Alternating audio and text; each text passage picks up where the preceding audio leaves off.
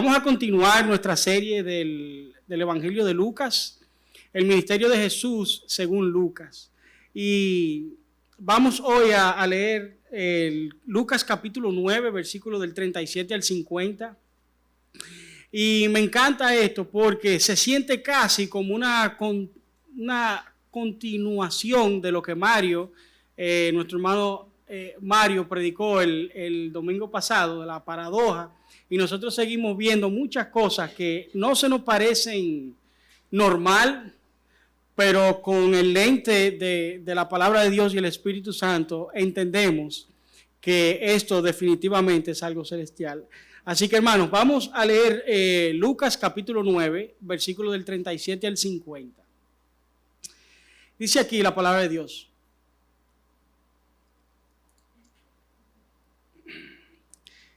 Y aconteció que al día siguiente, cuando bajaron del monte, una gran multitud les salió al encuentro. En ese momento, un hombre de la multitud gritó: Maestro, te suplico que veas a mi hijo, pues es el único que tengo. Y sucede que un espíritu se apodera de él. Y de repente da gritos. Y el espíritu hace que caiga con convulsiones, echando espumarajos.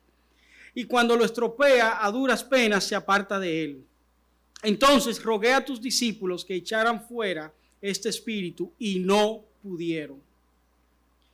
Jesús les respondió: Oh generación incrédula y perversa, ¿hasta cuándo he de estar con ustedes y he de soportarlos? Trae acá a tu hijo. Cuando éste se acercaba, el demonio lo derribó y lo hizo caer con convulsiones. Pero Jesús reprendió al espíritu inmundo y sanó al muchacho y se lo devolvió a su padre. Y todos estaban admirados de la grandeza de Dios.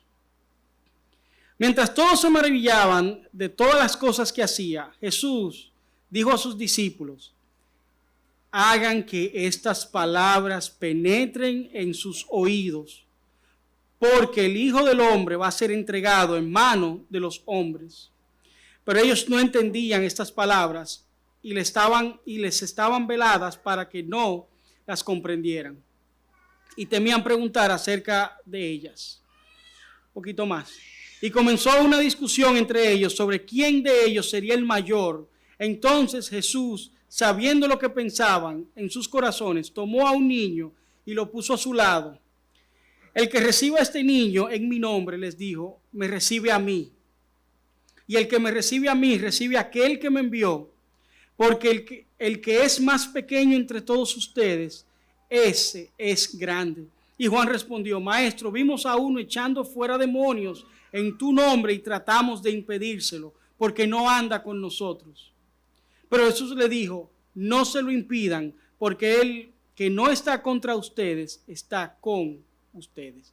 Hermanos, nosotros vemos aquí que nosotros vemos un contraste muy grande entre lo que pasó al principio del capítulo, cuando lo que vimos el domingo pasado, de cuando Jesús sube al monte y es transfigurado, tiene testigos, oye la voz de Dios, y de repente baja del monte y el panorama cambia del cielo a la tierra.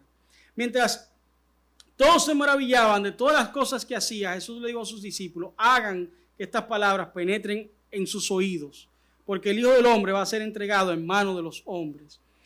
Y nosotros vemos aquí ejemplos, tanto en el Antiguo Testamento como en el Nuevo Testamento. En el Antiguo Testamento vemos ejemplos, en el Nuevo Testamento vemos que se citan versículos del Antiguo Testamento para Dios hacernos recordarnos de aquellas cosas que normalmente y que tan fácilmente a nosotros se nos olvidan.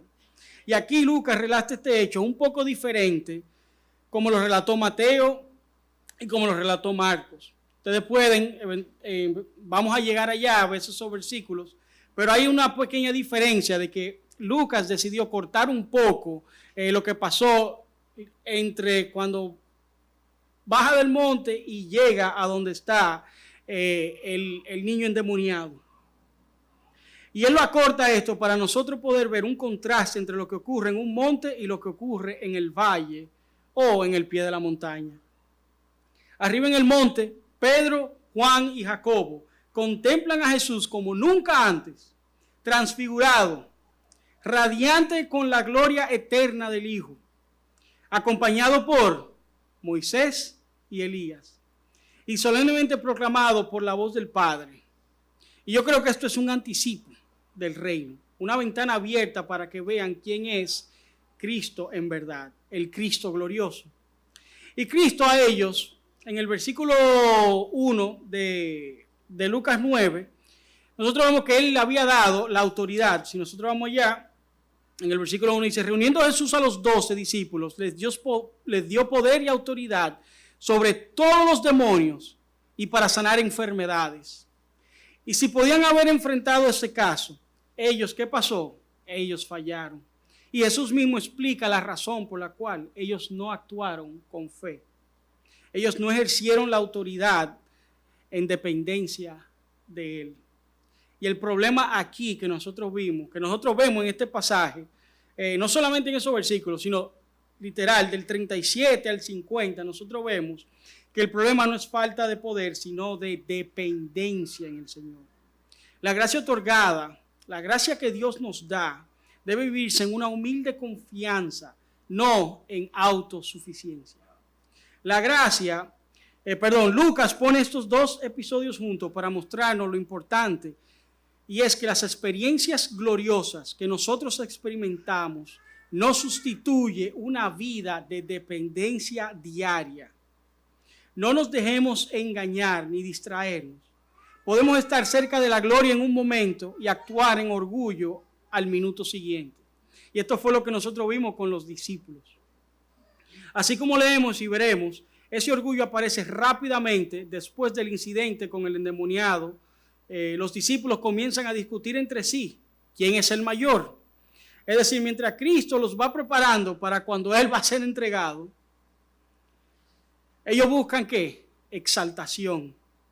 Jesús entonces toma a un niño, la figura más pequeña en esa cultura, y redefine lo que es grandeza. Y Él dice,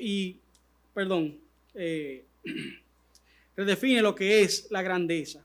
Y nosotros vemos aquí, Dios nos llama a una vida donde la verdadera grandeza no se mide por logros, sino por cuánto nosotros dependemos de Él. Y aquí nos lleva a nuestra verdad central del texto, y es que, puesto que el reino avanza por la dependencia en Cristo, nuestro llamado es dejar atrás toda autosuficiencia y vivir aferrados a Él en humilde dependencia.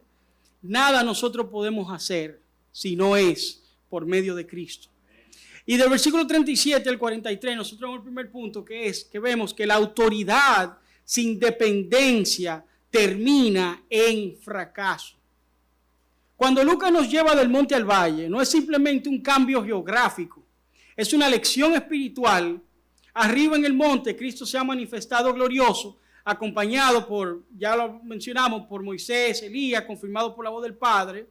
Pero al descender del monte entramos de golpe en el mundo real donde nosotros vivimos cada día. Mundo caído de pecado, tenso, lleno de dolor, opresión espiritual y sobre todo corazones turbados. Y allí al pie de la montaña encontramos a los 9 discípulos enfrentando una situación que revela una verdad difícil. Ellos tenían la autoridad, pero en ese momento no tenían la dependencia. Tenían el poder, pero no estaban en comunión. Tenían una misión, pero estaban sin conexión con la fuente de poder. Donde debió haber habido una victoria, hay fracaso.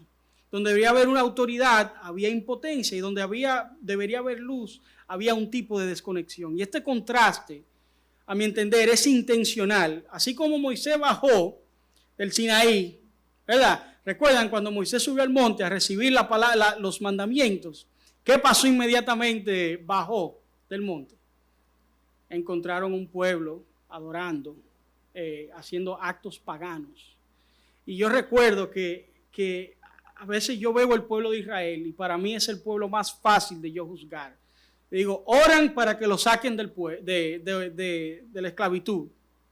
Pues llegan al desierto, están comiendo del maná del cielo, sus calzados no están siendo gastados, tienen todo lo que necesitan. Y hay momentos en que ellos dicen, preferimos volver a Egipto a ser esclavos.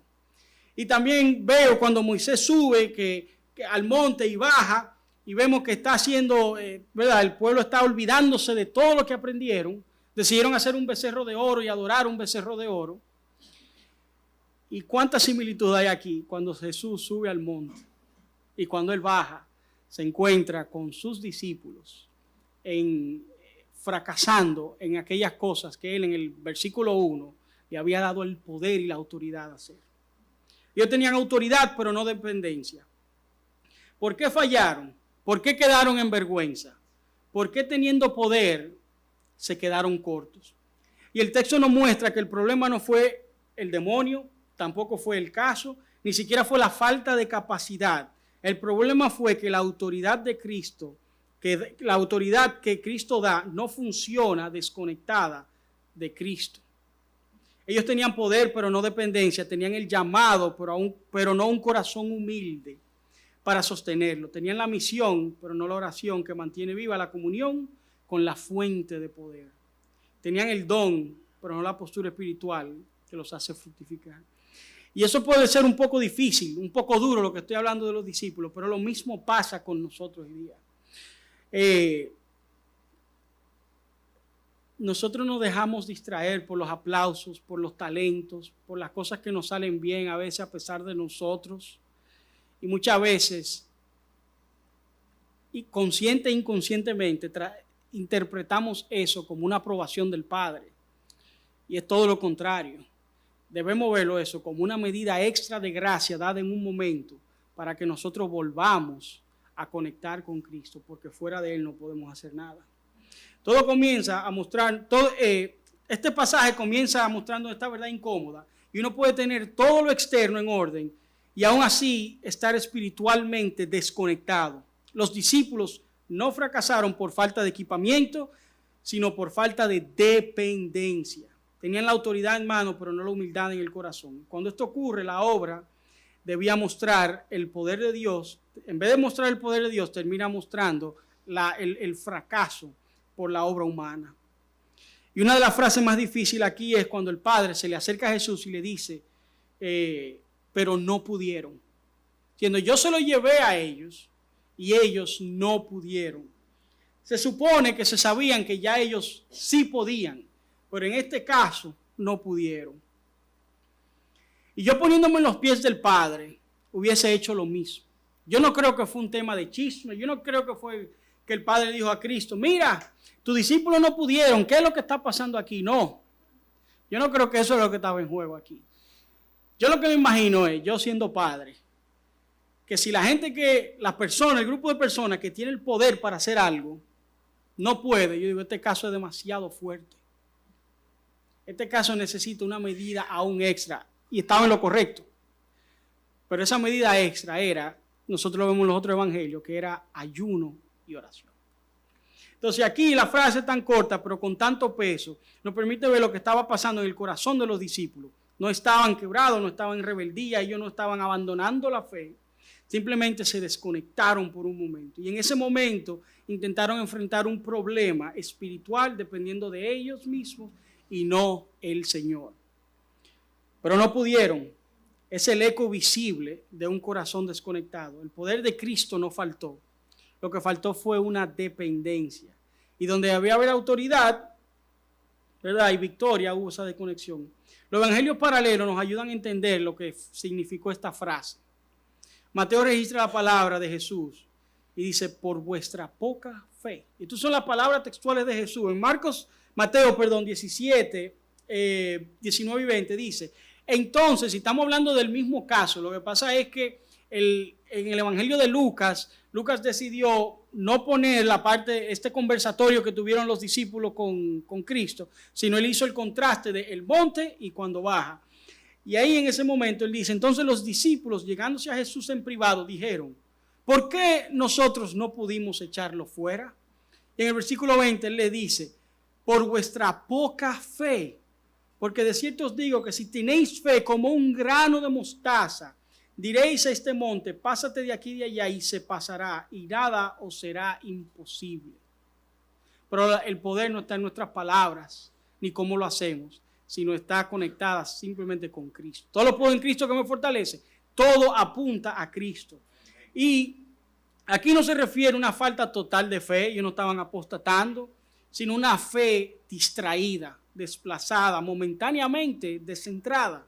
Y Marcos añade en el versículo 9, 28 al 29, dice que cuando él entró en la casa, sus discípulos le preguntaron en privado, ¿por qué nosotros no pudimos echarlo fuera? Y él le dijo, esta clase no puede salir sino con oración. Bueno, nosotros no podemos salir si nosotros no estamos conectados con el Señor. Cuando la experiencia reemplaza la oración, el método muchas veces reemplaza al maestro. Nosotros no debemos olvidarnos por qué nosotros estamos aquí, quiénes somos y por las razones que nosotros estamos aquí. Y todo tiene que ver con el maestro.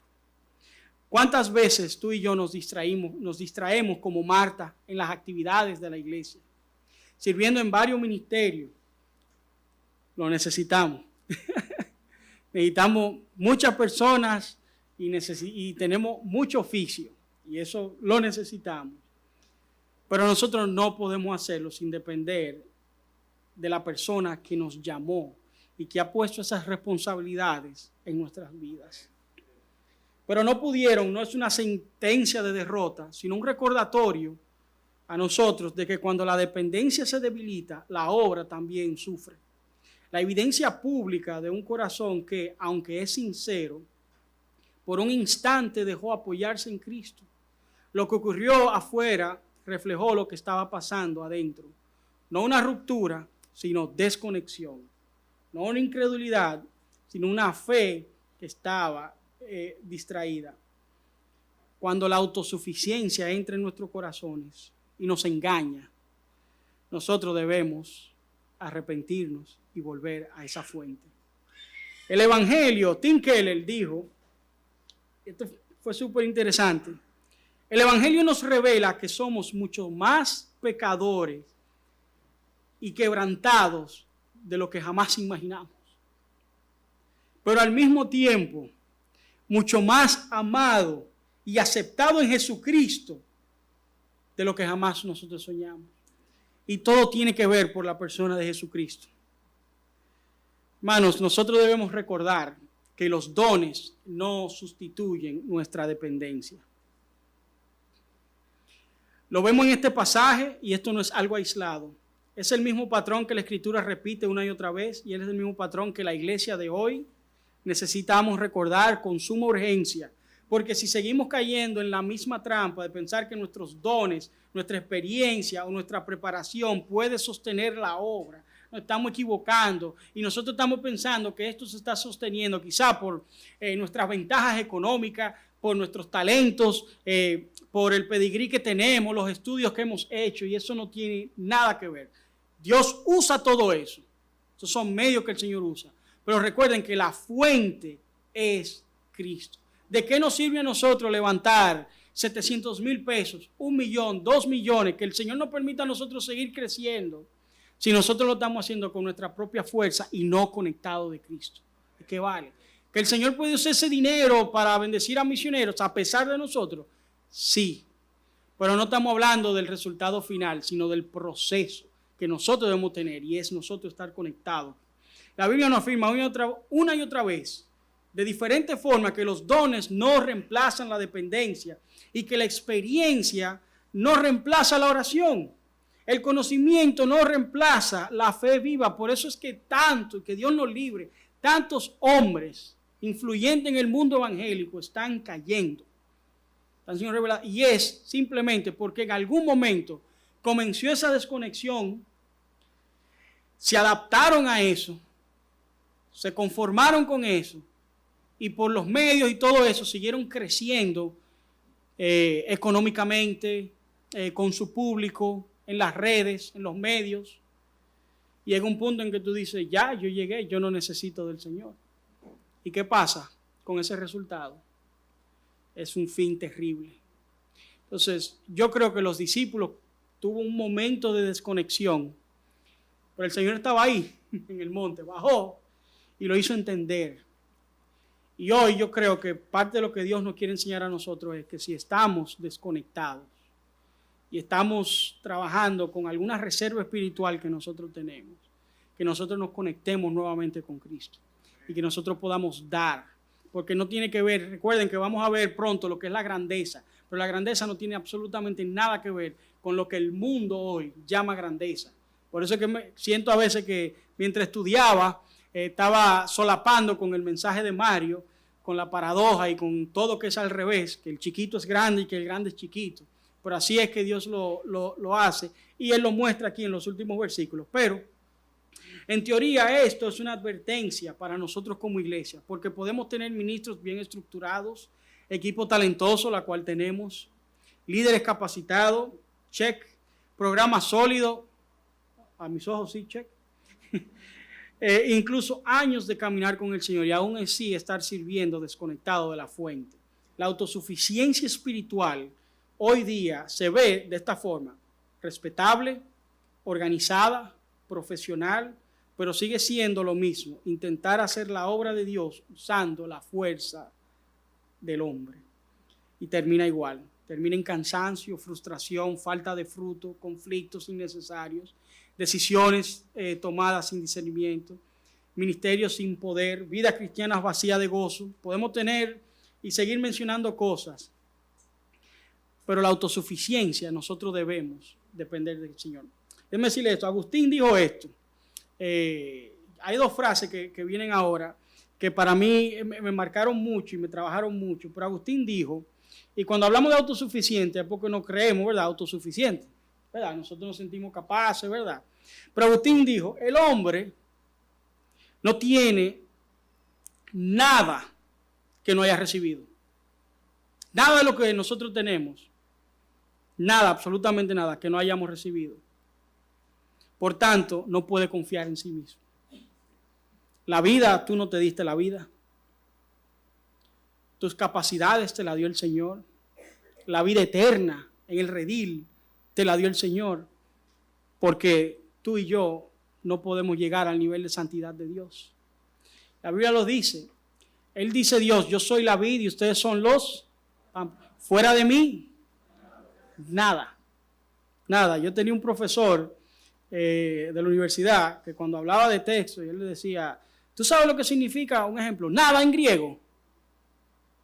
Nada. ¿Entiendes? Nada podemos hacer fuera de él. Y también R.C. Sproul dijo que la autosuficiencia es una ilusión peligrosa. La dependencia de Dios es una realidad gloriosa.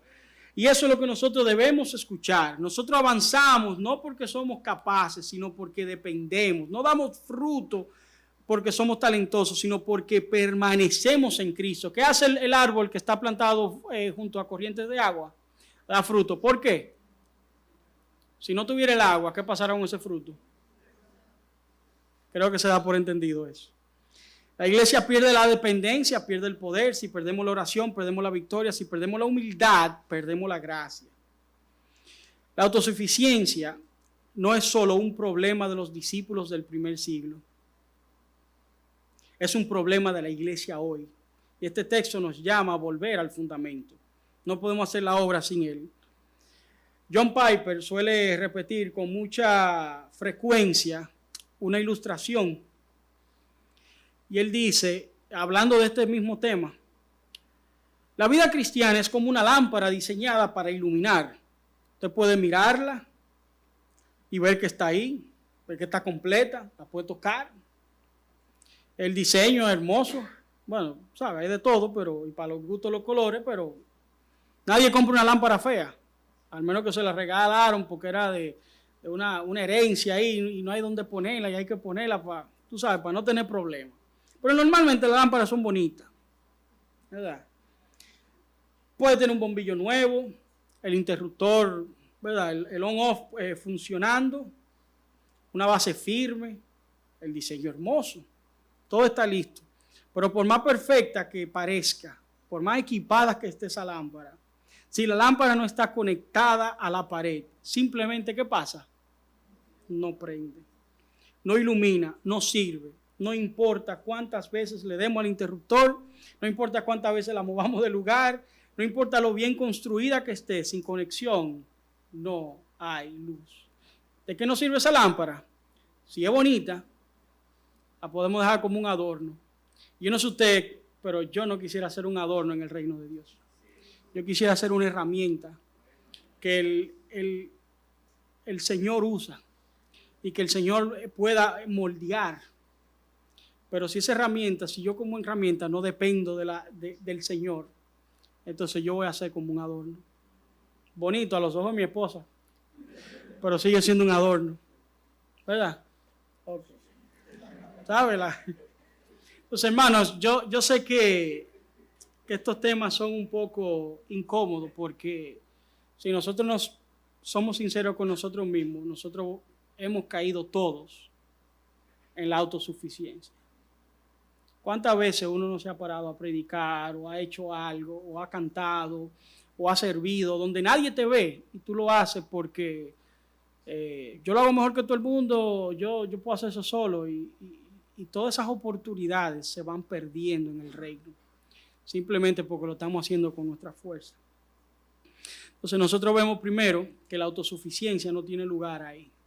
Entonces nosotros nos vamos al versículo 43, seguimos. En el versículo 43 dice aquí: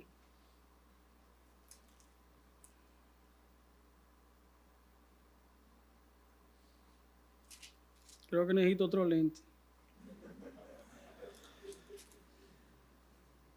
Y todos los que estaban ahí, todos estaban admirados de la grandeza de Dios. Mientras todos se maravillaban de las cosas que hacía, Jesús dijo a sus discípulos: hagan que estas palabras penetren a sus oídos, porque el Hijo del Hombre va a ser entregado en manos de los hombres. Pero ellos no entendían estas palabras y se les estaba velada para que no las comprendieran y temían preguntar a Jesús acerca de ellas. Y comenzó una discusión entre ellos sobre quién es el mayor. Y entonces Jesús, sabiendo lo que pensaban en sus corazones, tomó a un niño y lo puso a su lado. El que reciba a este niño en mi nombre, les dijo, me recibe a mí. El que me recibe a mí, recibe a aquel que me envió, porque él es más pequeño entre todos ustedes. Ese es grande. Y Juan respondió: maestro, vimos a uno echando demonio en tu nombre y tratamos de impedírselo porque no andaba con nosotros. Y nosotros vemos aquí, en el versículo 43 al 48, que la verdadera grandeza, ¿qué es la verdadera grandeza? Según Cristo. Y mientras la multitud celebraba el milagro, después de liberar al muchacho y restaurar a aquella familia, Lucas nos dice que la multitud se maravillaba de la grandeza de Dios. Y en un momento alto y glorioso, lleno de celebración, pero Jesús no permite que sus discípulos se queden en el momentum de la celebración de ese triunfo. Mientras todos destacaban el poder, Él dirige su atención al camino. Mientras ellos hablaban de gloria, Él hablaba de ser entregado. Y en el contexto le dice: poned vosotros en vuestros oídos esta palabra. El Hijo del Hombre será entregado en manos de hombres. Eso me parece a mí cuando yo le digo a mis hijos, por ejemplo, nos invitaron a la piscina. Y yo le digo a uno de ellos, no quiero decir nombre pero específicamente a uno de ellos, yo digo: mira, nos invitaron a la piscina. Oye, se cambia solo todo.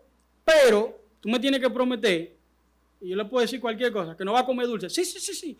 Que te va a portar bien. Sí. Que va a obedecer a la primera. Sí. Que tú me vas a mantener cuando yo sea viejo. Sí. Que tú vas a botar la basura. Todo lo que sea que yo le digo, va a decir que sí. Porque es lo que está en el momentum de que va para la piscina. Y yo no sé por qué, pero yo pienso que cuando Jesús le estaba diciendo esto a los discípulos, ellos estaban en el momento. Entonces dice: óyeme, escuchen bien, por favor, escuchen. El Hijo del Hombre va a ser entregado a los hombres. Yo me imagino que eso era lo que está. Sí. Porque al final después dicen: no sabían de qué estaban hablando. Pero andamos con el maestro, así que, ¿entienden? Puede pasar. Señores, presten atención. Él dirige su atención al camino. ¿Qué contraste tan fuerte? El pueblo celebrando y Jesús anunciando su sufrimiento. Las voces exaltando su poder y Jesús, que está, subiste en la cruz. Cristo nunca dejó que los aplausos definieran su misión. Él sabía que antes del trono debía venir el madero. y antes de la exaltación, la humillación. ¿Quién no dejaría su meta final por los aplausos de los hombres? Yo te voy a decir una cosa, sabiendo lo que Cristo sabía, me imagino lo difícil que eran momentos así, incluso cuando lo fueron a buscar, él dijo, Padre, pasa de mí esta copa, pero a tu voluntad, porque sabía. Y yo me imagino, desde un punto de vista humano, todos esos aplausos, toda esa maravilla, y Cristo pensando, ahora voy yo para allá, a cargar el pecado del mundo. Yo no sé qué ustedes digan, pero nosotros llevamos esa misión y Cristo pudo llevar su misión para mostrarnos a nosotros, y lo veíamos que Él se apartaba para orar, siempre orando, dependiendo de quién, de Dios. Y pensando en esto, si el mismo Cristo dependía de Dios, ¿verdad? Tenía una conexión y no en la autosuficiencia, siendo, ¿verdad? Dios, no estamos discutiendo eso, pero estamos hablando de la parte humana. ¿Qué más tú y yo debemos depender de Él? Para Cristo la verdadera grandeza no consiste en ser exaltado por los hombres, sino en la obediencia al Padre. Y esa obediencia nos lleva directamente ¿a dónde? A la cruz. Él lo dice, si alguien quiere venir, que venga en pos de mí, que se niegue, tome su cruz y me siga. Y se hizo obediente hasta la muerte y la muerte de cruz. Y por eso es que Dios lo exaltó hasta lo sumo. Y hallándose en forma de hombre, se humilló él a sí mismo, haciéndose obediente hasta la muerte y la muerte de cruz, por lo cual Dios también lo exaltó hasta lo sumo y le confirió, el nombre que es sobre todo nombre. El orden nunca cambia. Primero cruz, luego corona. Primero humillación, luego exaltación. Pero los discípulos no pueden comprenderlo, no porque Dios quería ocultarlo, sino porque en esos momentos los corazones de ellos estaban distraídos. Ellos anhelaban un Mesías glorioso, no un Mesías crucificado. Anhelan poder sin sufrimiento y realeza sin servicio. Claro, ellos están esperando desde toda la vida. ¿Quién es que va a venir a librarnos? El Mesías. Entonces, ¿cómo va a ser que ahora el Mesías se lo van a entregar a los hombres y vamos de un madero? Claro, todo tiene que ver con nuestra mente finita. Pero si estuviéramos prestándole atención al Señor, hubiésemos dicho, los discípulos hubieran dicho, mira, aunque sea en privado, en vez de preguntar a quién va a ser mayor o por qué no el demonio, ¿qué fue lo que tú quisiste decir con que te van a entregar los hombres? ¿Entiendes? El panorama cambia. Y el corazón humano normalmente responde con orgullo. Después de eso, de este anuncio tan solemne, los discípulos comienzan a discutir que quién sería el mayor. Qué contraste tan lamentable. Cristo hablando de humillación y ellos hablando de grandeza. Cristo hablando de entregarse y ellos hablando de ser exaltados.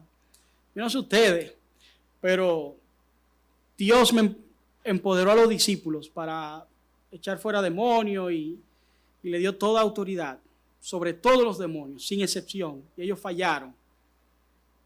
Ellos sufrieron esa vergüenza pública y Cristo viene y salva el día. Y ellos, en vez de estar con un espíritu más humilde, ellos están, lo van a entregar. ¿Y quién va a ser ahora el mayor entre nosotros? Antes de juzgarlos, reconozcamos la verdad. Nosotros somos iguales que ellos.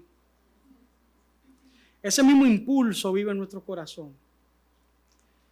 De una u otra manera anhelamos, yo anhelo, todos anhelamos. Nuestro corazón normalmente tiende a anhelar reconocimiento, importancia, visibilidad.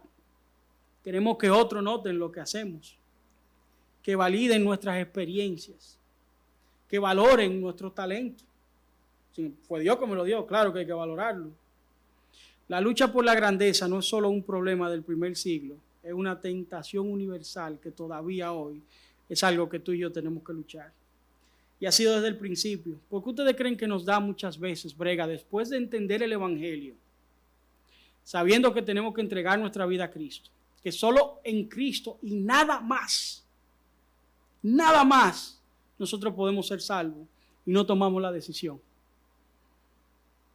Es porque hay algo de autosuficiencia en algún rincón del corazón de nosotros. Cuando nosotros no tomamos la decisión por Cristo, es que hay algo de autosuficiencia, hay algo que cree que está bien, Cristo lo hizo, Él creó el puente, pero yo lo voy a caminar. No. La Biblia no dice eso. Dios para ilustrarlo así, hizo el puente, bajó a buscarme donde yo estaba escondido, me agarró de la mano y me llevó. Porque yo no era capaz ni siquiera de agarrar un mapa y seguir las instrucciones, porque yo soy autosuficiente. Y yo le voy a decir una cosa, si hoy tú estás luchando con entregar tu vida a Cristo, déjeme decirle que nada puedes hacer fuera de Él. Y solo a través de Él, únicamente a través de Él, y más nada, nosotros podemos ser salvos.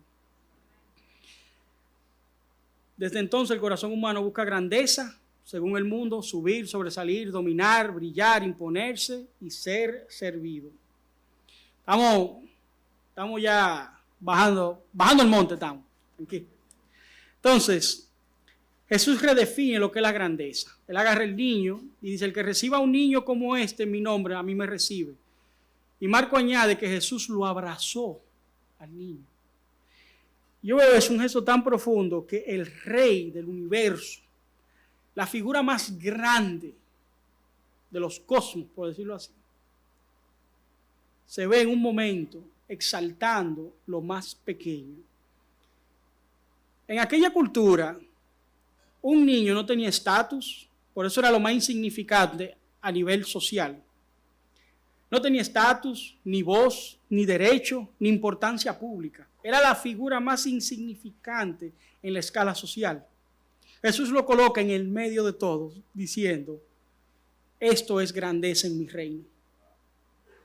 Señores, prestemos atención, que incluso los versículos bíblicos que nosotros le enseñamos a los niños, cuando adultos lo entendemos como que son los versículos para los niños. Pero si usted se detiene a meditar en esos versículos, tienen verdades que a nosotros nos sirven más que a ellos. Porque los niños, no porque los niños sean puros, sino porque representan dependencia, confianza sencilla, ausencia de pretensión. Un niño no compite por títulos, quizá por dulce, pero no por títulos. No presume, perdón, estoy trayendo cosas de mi casa aquí. Ausencia de pretensión. Un niño no compite por títulos, no presume méritos, no lucha por ser visto. Y Jesús concluye, el que es más pequeño entre vosotros, ese es el mayor. El reino invierte completamente nuestras categorías.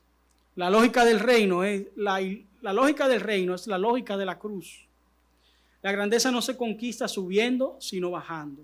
Quien se humilla será exaltado, quien se hace siervo será grande. Dios da gracia a quien, a los humildes. El que pierde su vida, ¿qué dice él? La va a encontrar. Todo eso es parte de lo que Mario decía, que es una paradoja. Todo es invertido. Entonces, ¿qué define tu grandeza? ¿Qué para ti es la grandeza? Lo podemos ver entre dos aspectos. A nivel profesional, secular y a nivel espiritual. Pero ¿qué define tu grandeza? Yo creo que si Cristo es quien nosotros decimos que es, la cual lo es, yo creo que lo que Él define como grandeza debería ser el estándar de cada uno de nosotros. Dice ahí, ¿qué define tu grandeza? Yo puse aquí varias cosas. Bueno, eran varias, pero decidí poner tres. Pero grandeza es, tengo que leerlo aquí, depender de Cristo. Grandeza es humillarse ante Él. Grandeza es hacerse pequeño para que Cristo sea grande. Grandeza no es ser servido, sino servir. No es impresionar, sino obedecer. No es hablar de uno mismo, sino de Cristo. ¿Qué dijo Juan el Bautista? Es necesario que Él crezca y que yo mengue. Y Pablo, ¿qué dijo Pablo? Cuando soy débil, entonces soy fuerte. Porque la fuerza de Cristo fluye donde hay humildad. Jesús abraza a un niño y con ese abrazo nos dice, aquí es que comienza la grandeza. Claro, tengo que hacer una ilustración porque eso es parte del esquema de nosotros, pero esta me pareció muy atinada, hablando de grandeza. El famoso predicador Carlos Spurgeon, cuenta en su autobiografía que cuando era joven, un joven predicador viajaba con frecuencia a pueblos pequeños para predicar. En una de esas ocasiones llegó a una iglesia rural donde la congregación estaba viviendo un tiempo de avivamiento. La gente llegaba con hambre de la palabra, vidas que estaban siendo evidentemente transformadas y había un espíritu profundo de quebrantamiento. Después del culto, Spurgeon, que ya comenzaba a ser conocido por su predicación poderosa, le preguntó al pastor de ese lugar: hermano, ¿qué ha producido tanto fruto en esta iglesia? ¿Ha sido la predicación, la música, la organización, vidas en familia? No, ese la agregué yo. Y el pastor sonrió y dijo: no, hermano Spurgeon, hay un hombre aquí que nadie conoce fuera de este pueblo, pero que el cielo lo conoce muy bien. Y eso a mí me impactó tanto. Esa frasecita a mí me llamó mucho. Y Spurgeon pensó que se trataba de algún predicador destacado o de algún líder influyente. Pero el pastor lo llevó a una pequeña habitación detrás del púlpito. Allí, de rodillas, con el rostro en el suelo, estaba un anciano humilde, vestido de forma sencilla, orando con fervor, que Spurgeon nunca había oído. El pastor le dijo: ese es el secreto. Mientras usted predicaba hoy, él estuvo aquí todo el tiempo clamando por usted, por la congregación y por cada alma. Este hombre nunca sube al púlpito, pero sin él no tendríamos poder. Spurgeon escribió sobre ese momento y dijo: aquel hombre desconocido era más grande que yo. Si tuve poder al predicar, era porque él tenía poder para orar. Y añadió: comprendí ese día que la verdadera grandeza no está en el que es visto, sino en el que ora, no en el que habla, sino en el que se humilla. Y Spurgeon quedó tan marcado que desde ese día comenzó a llamar a los intercesores de su iglesia la caldera del poder, porque de allí salía la fuerza espiritual. Hermanos, en la iglesia todo es necesario, el predicador, todo lo que ustedes se imaginen y lo que no le viene a su mente es necesario. Pero cada uno de nosotros debemos tratar de ser visto por Dios en privado primero, para que nosotros no caigamos en la autosuficiencia o para nosotros salir de la autosuficiencia. Yo mismo, mientras preparaba esto, me tuve que cuestionar varias veces: ¿estoy yo haciendo esto? Tengo herramientas por la gracia de Dios. Yo estoy dependiendo de las herramientas, estoy dependiendo de Dios, estoy dependiendo de esto. Y me resultan muchas cuestionantes a mí mismo. Y lo único que me tocó decir es: Señor, tú apuntaste este día para que yo viniera. Te pido que tú tengas misericordia y gracia y que tú nos hables. Así que nosotros mismos también nos debemos cuestionar. Entonces, para concluir, la amplitud del reino y la humanidad comunitaria. Le puse así. Versículo 49 al 50.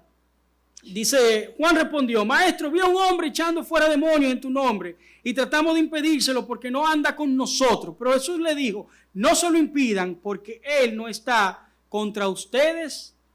Perdón, el que no está contra ustedes, ¿qué pasa? Está con ustedes. Después de que Jesús ha corregido la autosuficiencia de los discípulos, le ha mostrado que la verdadera grandeza se encuentra en la humildad y en la pequeñez, aparece un nuevo episodio en esos versículos que revela otra matriz del orgullo.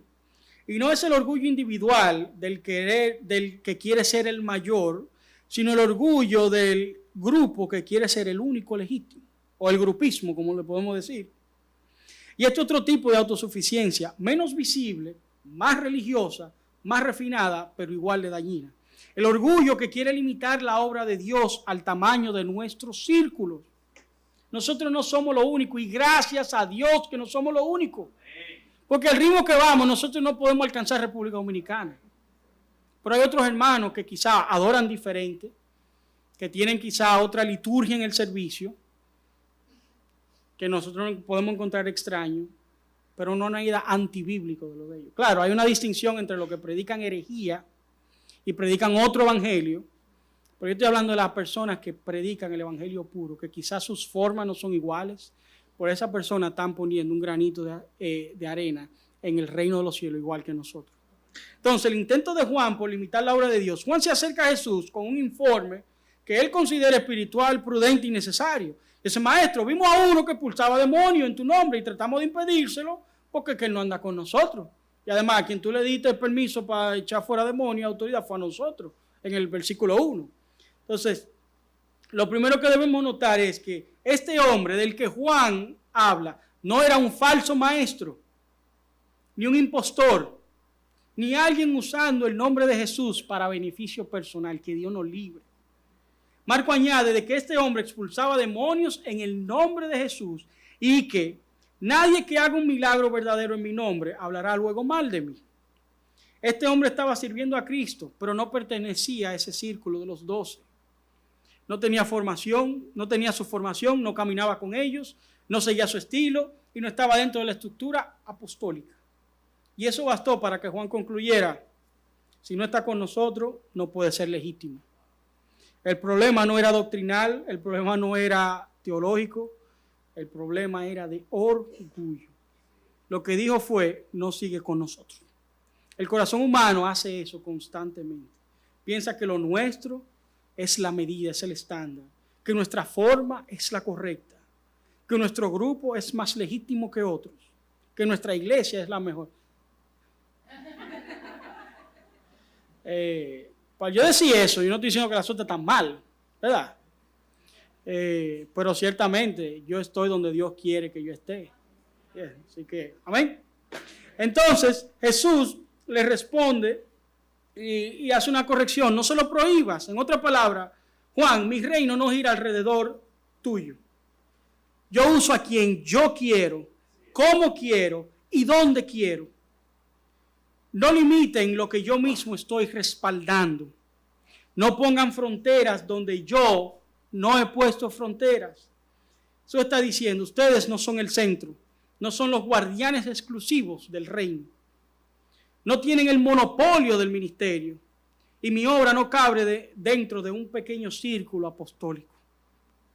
Cristo abre el panorama y revela la amplitud del reino. Un reino que no está encerrado en una sola iglesia, un solo grupo, una sola tradición o un solo estilo. En Juan 10, él dice, también tengo otras ovejas que no son de este redil. El reino es más grande que nuestras categorías denominacionales, es más amplio que nuestros estilos y es más glorioso de lo que alcanza nuestra visión. La obra de Dios siempre ha trascendido nuestros círculos y gracias a Dios por eso. Melquisedec aparece como el sacerdote de Dios Altísimo sin pertenecer al linaje de Jesús y Abraham lo honra. Yetro instruye a Moisés en liderazgo. Uno de los personajes que a mí más me impactan, Rahab, la ramera, marcada por su pasado, se convierte en un instrumento de fe al punto tal que sale en la genealogía de Mateo 1. Señores, no seamos cortos de vista. Quitemos la autosuficiencia, dependemos de Dios y hagamos nuestra parte, porque el reino de Dios es mucho más grande que nosotros. Dios no nos pide permiso para usar a quien Él quiera. Su obra nunca ha sido propiedad de nadie. Su poder trasciende los límites y su reino no es un club privado. La humildad debería alegrarnos de la obra de Dios, aunque no pase por nosotros. Cristo es anunciado y en eso nosotros debemos gozarnos. No impidan lo que Dios está haciendo a través de otros. Entonces, ¿qué nosotros queremos concluir aquí? Es que lo primero es, no dependamos de nosotros para la obra de Dios. Tenemos que reestructurar en nuestras mentes, en nuestros corazones, lo que es la verdadera grandeza y perseguirla como Dios quiere que la persigamos. Y lo otro es, no seamos tropiezo para otros que están también con nosotros haciendo la obra de Cristo. ¿En qué área de tu vida estás sirviendo desconectado de Él? ¿Dónde estás diciendo yo puedo cuando debería estar diciendo sin ti no puedo? ¿Qué idea de grandeza estás persiguiendo? ¿La de este mundo o la de Cristo? ¿Estás celebrando la obra de Dios aunque no sea a través de ti? ¿O tu corazón se resiente cuando Dios usa a otros? Que Dios tenga misericordia de nosotros. Yo no sé, yo a veces sentía que este mensaje quizá era como un latigazo, pero la verdad es que el Señor fue pronto para corregir, pero misericordioso. Y eso es lo que nosotros debemos entender. Dios continuó trabajando con los apóstoles, con los discípulos, con nosotros. Si estamos en alguna, cuando lo que estamos en alguna de estas áreas mal, nosotros simplemente tenemos que ir con un corazón humilde donde Dios para arreglar las cosas y para nosotros poder servir de una manera efectiva. Vamos a orar. Padre Dios.